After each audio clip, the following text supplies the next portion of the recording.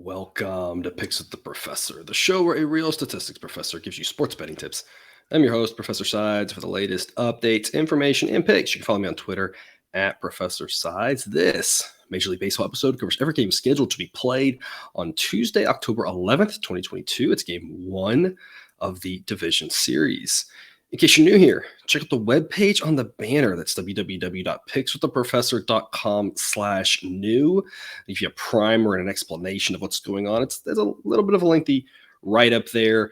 Pause if you need to and check that out if you haven't yet. Otherwise, the goals for this episode are to share key information about these games, give you a few things to think on, and explain why certain plays are being made. I never recommend blindly tailing or fading any pick, rather to hear the justifications and thought processes to make sure you're fully on board with me or against me before investing your hard-earned money. As always, remember that there are no locks in gambling, so what I provide are loves, likes, and leans, that is A, B, and C grades, indicate my confidence level with respect to scaling your wagers. However, please understand that good and bad variance will occur, so as much as I'd like to say will be profitable each and every day, that is an impossible reality for any gambler. Wildcard series, 6-0 in non-Padres Mets games, 0-3 in Padres Mets games. Overall, it was a profitable weekend for us with baseball, much like the rest of the year has been. Hopefully, we can keep that rolling here in the divisional series.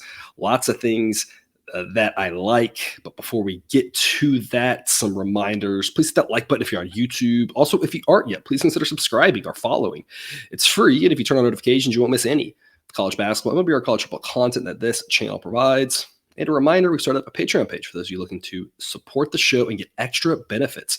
Membership starts at just $3 per month, which gets you the play of the day. And for that $15 a month level, you can get a ton of other benefits, including early access to projected spreads. I've already got up a prediction for every single game of the series. Now, there is some subject to change with regards to pitchers. There's not a lot of totals out because I don't have weather information, but I'll update that throughout the week. And as of right now, I've also got probabilities for who wins each series, probabilities for each team winning in a certain amount of games. So a lot of goodies there if you want to join that Patreon. Link in the show description and right there in the crawler. So lots of good stuff over there. But let's get to it. All lines courtesy of Bet Online. Sign up link in the show description and current as the time of this recording on Monday afternoon. We're going to start off with a day game here. Games throughout the day on your Tuesday. It should be a nice one if you can sneak a peek at the screen throughout the day. Phillies and Braves. This sets up to be a really interesting and fascinating series, in my opinion, simply because of the top two pitchers for the Phillies. But the guy they're going to give the ball to in game one, Ranger Suarez, not bad either. And as I talked about throughout the season, pitched pretty well the last 2/3-ish of the year. So that gives him a 92 rating, says that 3.65 ERA is pretty representative of the fact that he's an above average pitcher, but not as good as Max Fried, who gets a 71 rating, and the underlying metrics support his 2.48 ERA. As good as Suarez has been, he's going to be outdueled by the other lefty on the mound, and this one, Max Fried. Phillies offense, good. Braves offense, good. The difference is that the Braves offense is pretty balanced, left-handed, right-handed, so throwing a lefty against them doesn't really matter too much, but the Phillies are a little bit left-handed heavy, and so throwing a lefty on them dings their offense just a little bit. Of course, the Braves relievers are better than the Phillies relievers and the Braves at home. I think we would all agree the Braves should be favored in this one. The question is just by how much. Sideline says it should be Braves minus 197 with a total of 7.2. With regards to that total, it's a pass.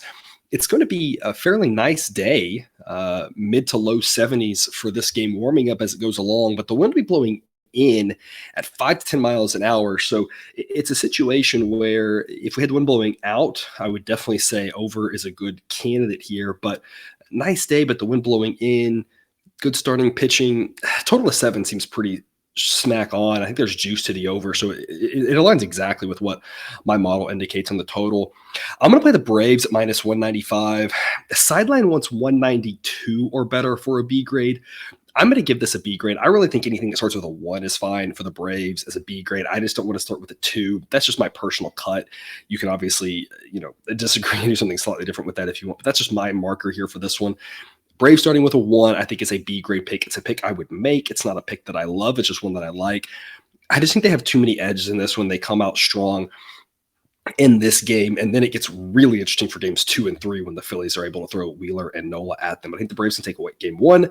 Minus 195 is a B grade pick for me to start off our Tuesday divisional series playoffs. 3:37 Eastern first pitch, Mariners at the Astros.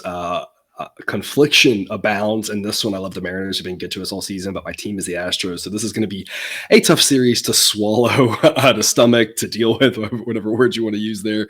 Logan, Gilbert, and Justin Verlander in a game that I'm projecting the roof to be closed at Minute Maid. If it opens it up, it's not really going to change much, because if it opens, it means the weather's nice.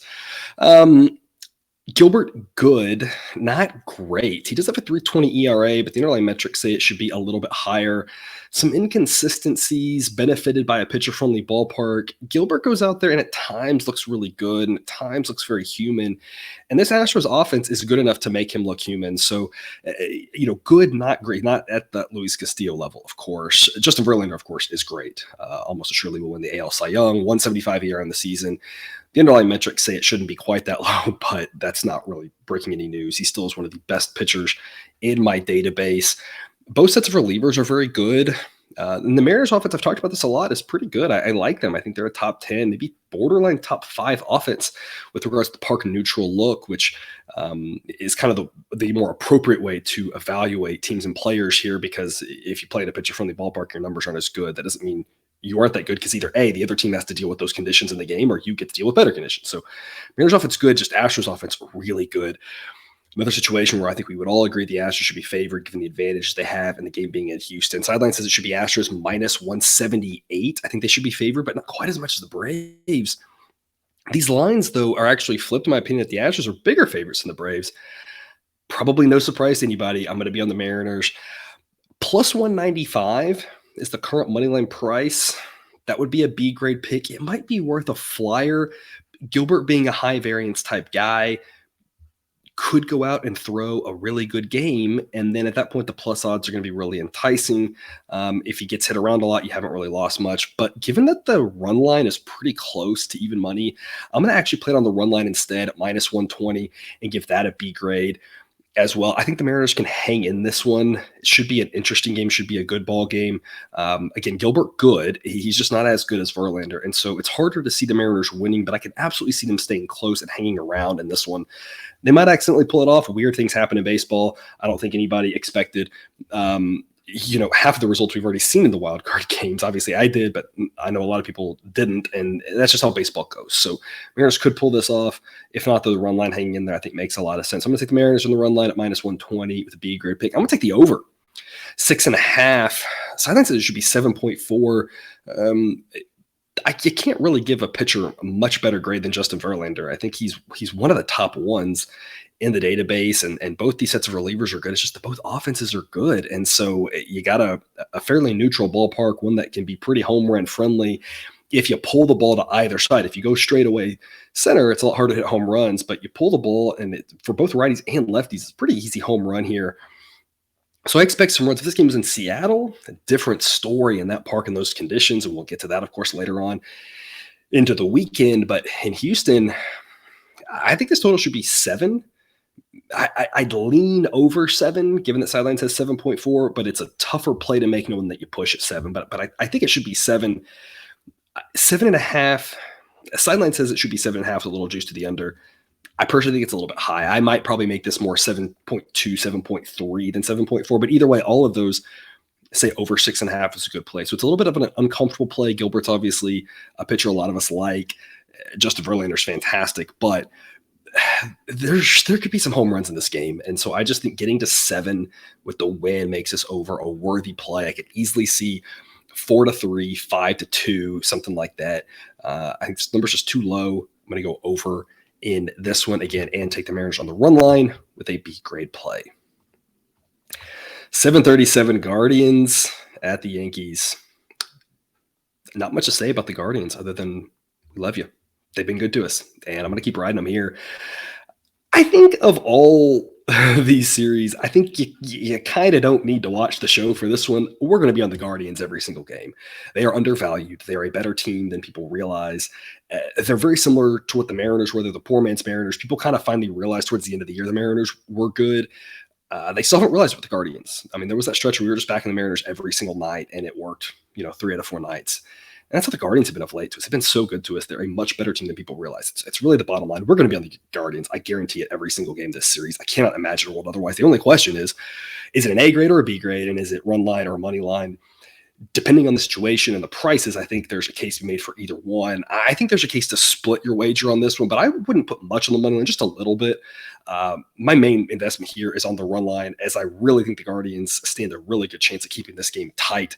Cal Quantrill has been fantastic over the last half to 2/3 of the season. Model gives him a 96 grade, thinks that 338 ERA is a little bit unsustainable, but I mean, he keeps getting it done. And not that Garrett Cole isn't a good pitcher. He gets a 70 rating. That's 1 point behind Verlander. A very good pitcher in the advanced metrics say he's actually a better pitcher than that 350 ERA. I just think that the difference between Quantrill and Cole is not nearly enough to justify the minus 201 price in the Yankees, especially when you consider that the Yankees bullpen better than it was at times, but still not up to par with the Guardians having maybe the best bullpen in baseball at this point. Offensively, the Guardians a little bit behind the Yankees, but not by much. And with righty on righty, the Guardians a little bit left-handed heavy, Yankees a little bit right-handed heavy. That makes that difference smaller. Now we start throwing lefties in this series, it's going to get to be a little bit of a different story when Cortez throws. That's going to make the Guardians offense look a little bit weaker. But righty on righty, the difference between these offenses is not very much. The Guardians definitely have a better bullpen. And so really we just need Quantrill to keep us in this ball game. Maybe the Guardians pull it out. I think they can keep it tight, though. I love this run line selection here at minus 128. And like I said, I think maybe a small play on the money line might make a little bit of sense, just because a number like plus 184 is just extreme value. Sideline says it should be 141. It's just incredible value on the Guardians to open us up here. Total of 7. Sideline says 7.2. It's a pass for me on the total. Sideline might indicate a little bit of an over, but that kind of, it's close enough that I don't think it's really worth a play. It's similar to the Astros Mariner one at 6.5. I could go over and say, hey, if we get to 7, if we get to a 3-3 ball game, and you get over 6.5 in this one, I don't know where the number's going to go, but if it does go down to 6.5, I think the over might make a lot of sense. So keep an eye on the sheet in the Twitter, because if it does go down to 6.5, I will be adding that as a play. Because then I'm thinking, hey, we just get to 3-3. We got a really good shot. We've already got the over, and then we got a really good shot of pulling off the Guardians run line play as well. So I want over 6.5 in this one, and not 7. But if it were to go to 7.5, I probably would actually play under 7.5. So if this number moves off of 7 and the juice isn't too crazy, I think there's a total play to be had. I just don't think there is one at 7. So my main focus on this one is just the Guardians run line. And like I said, a little on the money line might make sense as well. Weather-wise, we're going to be in the mid-60s for most of this one. Nice night in New York. Winds will be blowing mostly out, maybe a little bit across to start off with, but at or around 5 miles an hour, so not much of an effect there. Mainly just a nice night for baseball. A little chilly for some of us, but for this time of year, night game in New York, nothing to complain about weather-wise, being in the mid-60s. The late game wrapping us up, Padres at the Dodgers. Padres Mets series was something. Again, the only one that I could not pick at all. I think they're going to have a little bit harder of a time on this one with the Dodgers. And the Dodgers are getting a little bit of a boost in the model for the home field advantage here, more so than usual, coming off of the Padres traveling across the country and playing on Sunday night. Now, they do have a full 48 hours at least, but that's still a lot of travel across the country. So obviously if this was a Monday game, it would be even more extreme, but being a Tuesday game, it still is a lot of travel. The Dodgers are completely rested. Everybody's good to go.